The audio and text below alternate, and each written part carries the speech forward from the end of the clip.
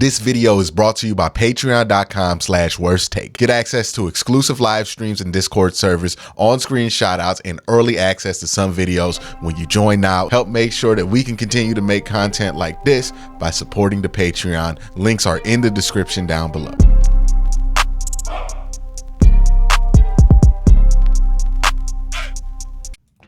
Hey, what's up and welcome to Q&A, the show where I take your questions from YouTube and Twitter and answer them here in video format.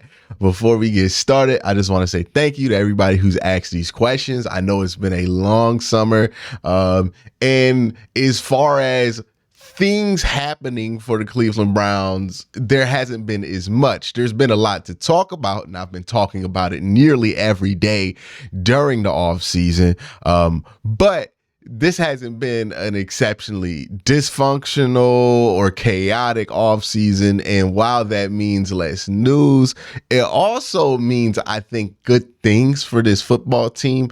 I think in general, the less hectic an offseason when it comes to major changes and turmoil and all of that, the less hectic of an offseason you can have, the better of a chance you have at reaching your goals on the football field. So I know some Browns fans might be disappointed because the Browns haven't been making enough splashes or whatever it is during this period, but I think it's a good time to remind people that this is probably a good thing in the long run. Now, I've had the question up this whole time, didn't really realize that, but I think it's good to remember that this is a good thing right now, that we're not really deep in controversy and we're really just thinking about what's going to happen once this team hits the practice field, and that's less than a week away. So that's all awesome news as we all get excited for Browns camp about to start up. Only One Zay says, hey Q, which backup do you see winning QB2? So right now the competition, if you call it that, it's going to be between Josh Dobbs, DTR, and Kellen Mond. Most likely situation is that they just get rid of Kellen Mond, keep DTR on the active roster, and then have Josh Dobbs be the backup. I see no reason to stray from that unless Kellen Mond plays out of his mind in camp and the preseason. I really see no reason to stray away from that. It also should be interesting to watch because I think all three of these guys will be interesting preseason quarterbacks. They're not going to be very generic, vanilla, like they're going to move around a bit. They're going to give guys chances to make plays on the run. And I think Kellen Mond's going to be interesting because if you go back and watch some of his preseason stuff, man, it's not good, but it is entertaining in one way or the other. He's also a pretty good athlete, so he can break out there and make some good runs. So I think it'll be entertaining football to watch, but I think it's eventually going to end up being Josh Dobbs behind Deshaun Watson, unless DTR sets the world on fire in camp. I don't anticipate that. Even if he has a good camp, he's still going to be the third quarterback. So yeah, I would think that. And even if DTR does technically outplay Josh Dobbs in the preseason, I still think DTR is going to be the third quarterback. Not because that's not what they want out of DTR, but the contract that they gave Josh Dobbs kind of dictates that they want to do it that way. And you just want more experience. You just value more experience there. But there's a question to be asked because Josh Dobbs really only has like a game or two more experience in regular season play, at least, than DTR. We'll see what happens, but it's probably going to be Dobbs than DTR.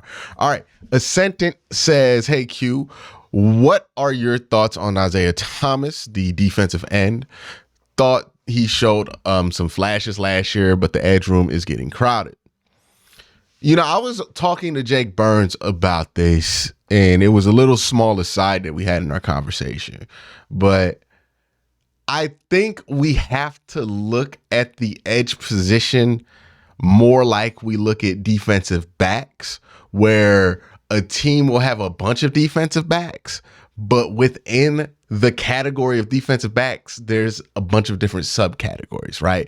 There's outside boundary corners. There's the number one corner. There's the Z corner. There's the slot corner. There's the nickel. Like all of these safety, strong safety, like all of these variations on the same position. When you look at the defensive line, I think we've gotten so stuck in old terminology that it hasn't really caught up to what we do now. And defensive line has become a little bit more specialized than it used to be. So somebody like Isaiah Thomas, they don't really play the same position that somebody like Obo plays, right? Like they play two different positions despite being in the same group. So I don't know if the crowdedness kind of affects him because he's not really like Zadarius Smith wasn't taking any snaps away from him. Like maybe Isaiah McGuire is somebody who competes to take some snaps away from him. Maybe you could say Alex Wright is somebody who competes to take snaps from him, but I think he's going to be kind of at the same position he was last year, kind of at the bottom of the roster, potentially a practice squad guy, somebody who, if they need to step up, they can, or if they do step up during the preseason, then hey, you know, he might be able to find himself as like one of the backups for Miles or Zadarius. So it's going to be interesting to see there. It's going to be interesting to see like how the position evolves in total, just as far as a league-wide picture goes, because I'm wondering when are we going to recategorize guys along the edge. There's different edge positions you could be as an edge rusher, right? You could be an outside linebacker edge like TJ Watt. You could be a traditional 4-3 edge like a Zadarius Smith or like a Myles Garrett. You can be kind of a 5-wide edge like Obo is, right? Tack McKinley, these kind of smaller, more linebackery bodies that are more twitchy, that, you know, they're usually like 6'2", 240. Like there's just a bunch of different ways that you could use that position. I think we're gonna have to recategorize it to have it, because I still see like edge rushers listed as like right outside linebacker in a 3-4. It's crazy. Sorry for the rant. Ken Adams says, hey Q, do you think that this roster has enough depth at key positions in case of injury? I'm mostly concerned about D-line, O-line, and secondary. So when it comes to having enough depth, here's how I'll think of it. Do you have a reasonable amount of depth at that position? You can't have enough depth to withstand any type of injury that might come up, because if you just get hit with a rash of injuries, you get hit with a rash of injuries. It don't matter how deep you are, like that's just going to ravage you, right? So do you have a reasonable amount of depth, right? Like think of it like a car. In the trunk of your car, you can have one of three things in case of a mishap, right? Let's say your tire gets flat. That's the equivalent to a player getting injured, right? You get a flat tire. Okay, when you open up your trunk, do you have a donut? Do you have a spare tire, which is the best option? Or do you have nothing, which is the worst option? Or nothing, but you had got that little never flat spray that barely ever works for like half the punctures you're going to get that's going to make you pull over to the side of the road. Okay, so what level of preparedness are we in case of a flat tire in these position groups? Let's go through them. You said defensive line. Well, it depends on which part you're talking about, right? At defensive tackle, if Dalvin Tomlinson gets hurt, well, baby, we shaking the can. We shaking the can. We ain't got much back there, right? Like, I don't think it's that deep of a defensive tackle room.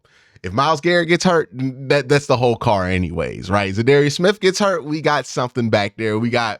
I would say, we got a donut. I don't think Obo can like hold it down for a whole season. I just don't think that's the position for him. So then you're talking about maybe putting Alex right there. You got a donut. You could put some stuff together to be fine there for a couple weeks if you need to, but you know, I wouldn't try to drive highway speeds on it. It's the way I put it.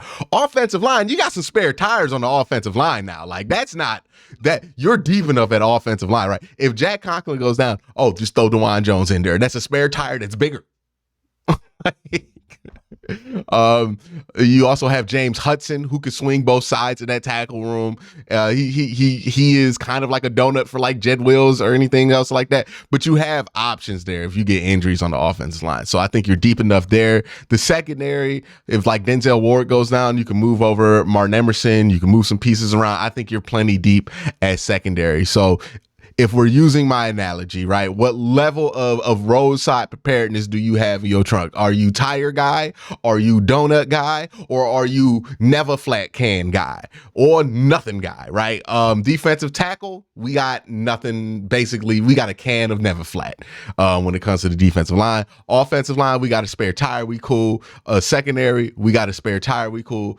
Edge, we got a donut. We can put some stuff together, be fine for a couple weeks. That'll be what it is. So hope my analogy helps you understand what I'm feeling on this. Let's move on to the next question. It's from Justin. Justin says, hey Q, do you think the Browns are done adding to the defensive tackle room? I know it's hard to predict who they might be looking at, but there are starting level guys available that could solidify the room. See, this is the one hole that the Browns have kind of dug themselves in, and they have finally taken steps to get themselves out of it, but it's too deep of a hole to get out of in year one. And here's what I mean by that. They have drafted a significant amount of defensive tackles that just aren't that good right now. And they cannot afford to just give up on all of these guys to get guys who are just a little bit better, because not only do they need to lower the cost at that position, and on the defense especially, but they also need to just have younger players at defensive tackle. They don't have a single guy on this team that you feel like is going to contribute a significant portion on the defensive line on their rookie deal. Seriously, that's not good, right? They need to find guys and give guys those opportunities who are on their rookie deals to be able to step up, because those are guys that you're going to need when you're paying Deshaun Watson a bunch of money, when you're paying Myles Garrett and Denzel Ward, like when you have your salary cap allocated to all of these top players that you have. Let's talk about keeping Nick Chubb, right? If you want to keep Nick Chubb, then you have to draft better at defensive tackle or develop better. That's what I would say. I'm not even going to say draft better. You need to develop better. I think that's where the development has gone wrong. I pointed out multiple reasons why the development at defensive tackle hasn't been right. Lack of emphasis on the position, lack of veteran presence in the position room itself. It's just not a good mixing bowl for developing good NFL defensive linemen. They just haven't had that. Now I feel like they have some of the ingredients for that, but it might be too late for Tommy Togiai. Well, I don't know Tommy Togiai if there was ever a time, but like it might be too late for Jordan Elliott. You know what I mean? I don't know if it's too late for Perion Winfrey. We'll see what happens with Siaki Ika. But what they need to happen here isn't they need to sign a guy off the street that's like 30 to play defensive tackle. They really, really, really, really need Siaki Ika to have a good year at D tackle, Perion Winfrey to have a good year at defensive tackle, Jordan Elliott, somebody who on their rookie deal needs to step up and be able to play for this team, preferably Perion or Siaki Ika or both of them, right? That's the world they want to live in, a world where both those guys step up, play well this year, because then you have two defensive tackles on their rookie deal who look like they can really take the torch going forward with Dalvin Tomlinson. It's a much better position. But right now, if I'm just speaking on what I've seen and how I feel about these guys, nobody gives me confidence that's young in that room on the rookie deal. So, no, I just don't think they have the depth. But they're in a position where they got to develop those guys, because if they don't, they're in even more trouble. So they can't just sign anybody. The next question comes from DJ, who says, what's up, Q? I hear a lot of positive things. Oh, by the way, shout out to the member.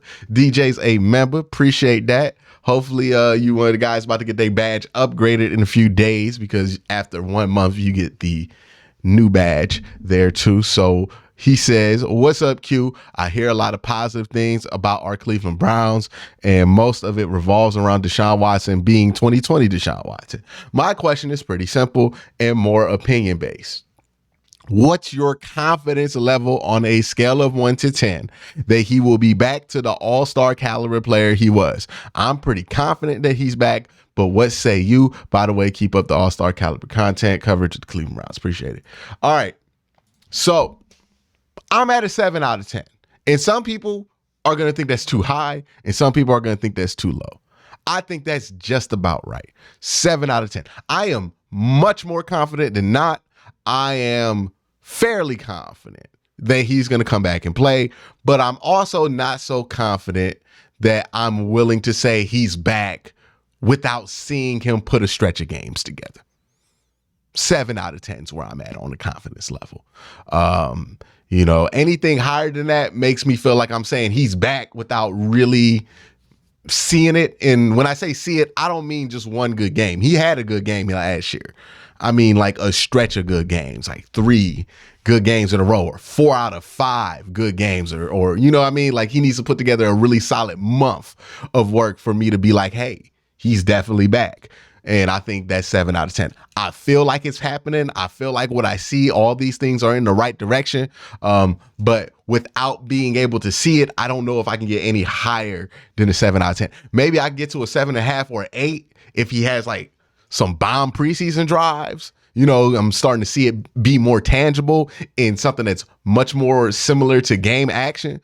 But I really need to see the consistency over a period of time to say that he's back, because 2020 Deshaun Watson wasn't just one good game. 2020 Deshaun Watson was a good season, and I need to see him be consistent throughout a stretch, which I'm fairly confident he could do. I'm not doubting him in any way, but I'm not like blindly, like I'm not about to be blindfolded, be like, hey man, he's back already without really seeing a bunch of evidence. He ain't been that amazing in camp. He's been pretty good though. The next question comes from CJ, who says, what's the chances of guys like Jordan Elliott having a big year after 3 years of minimal flashes? Woods allegedly will only give a 1 assignment during games, which the offense figured out and could neutralize. That's just not how that works, CJ. So, look, defensive line's not one of them things you could just blame on Joe Woods.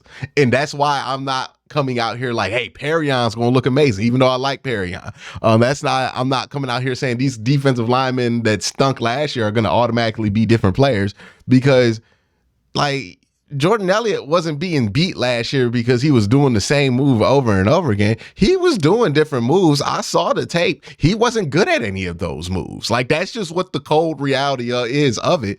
And a new coach ain't going to make him any better. And it'll make him marginally better, but it's not going to make him a different player, right? He might be a better version of Jordan Elliott, but he's still going to be Jordan Elliott. So, you know what I mean? Like, he's not going to turn into a different player all of a sudden because a new coach walked in. So I wouldn't blame all of that on Joe Woods, especially the defensive line stuff. Like, most of Joe Woods stuff was like with coverage and blown coverage and all that. Defensive line stuff, there's a reason why they spent so much time switching dudes out. You know what I mean? Because they recognized that some of that wasn't coaching. Some of that was just, Jadeveon Clowney having 2.5 sacks. That wasn't coaching. Jadeveon just stunk that year, at least from a pass rusher's perspective. He was a decent run defender, but pass rushing, he was awful. Shoot says, do you think if we added a bet like Julio Jones for free agency, that would help the Browns Super Bowl chances? Also with improving player? No, I don't know. Like, Julio Jones at this point, like, I don't think that moves the needle anymore. It's like, he's just another guy at this point. I don't really know where you would throw him in. I don't see what niche he really hits for the Browns receiving room that's not already being hit. Nah, I'm good on that. I don't think that really changes anything. Tyler says, I think we are coming close to the end of DPJ's contract. Is he someone the Browns should work hard to re-sign, or do you think that they're comfortable with David Bell or Cedric Tillman? In a perfect world, they'll be comfortable with David Bell, Cedric Tillman, as we've seen with Jack Conklin. That doesn't always work out. I think that they're probably going to let that go, because I think what we're going to see this year is DPJ's role is going to diminish a little bit. And as that role diminishes, I think we're going to see some improvement from David Bell, and maybe Cedric Tillman might prove that he's already at a point where he could take over a role. I think that's more where we're leaning towards. Thank you for the question, though. And that's going to be it for today's Q&A. You guys have a great day. Have an even better night.